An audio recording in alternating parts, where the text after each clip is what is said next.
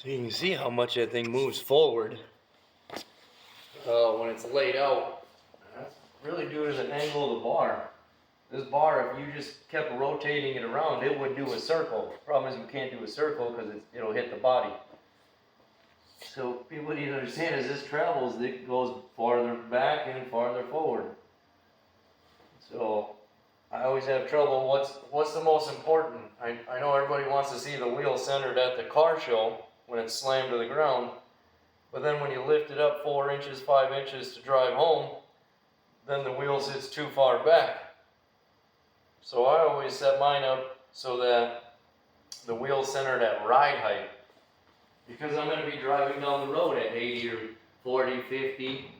Most of the thumbs up are going down the freeway. You know, so I don't know what's more important. You want your wheel centered going down the freeway, or your wheel centered slammed at the car show? Now, to prevent that, we could drop this bar down more by making a taller spacer, like a 3-inch block, but then the U-bolt's dragging the ground when you got a flat tire. And right now we're kind of in the happy median. That's ride height.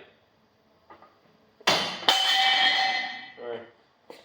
So again, we're right in the middle of where everything needs to be. We're pointed downhill.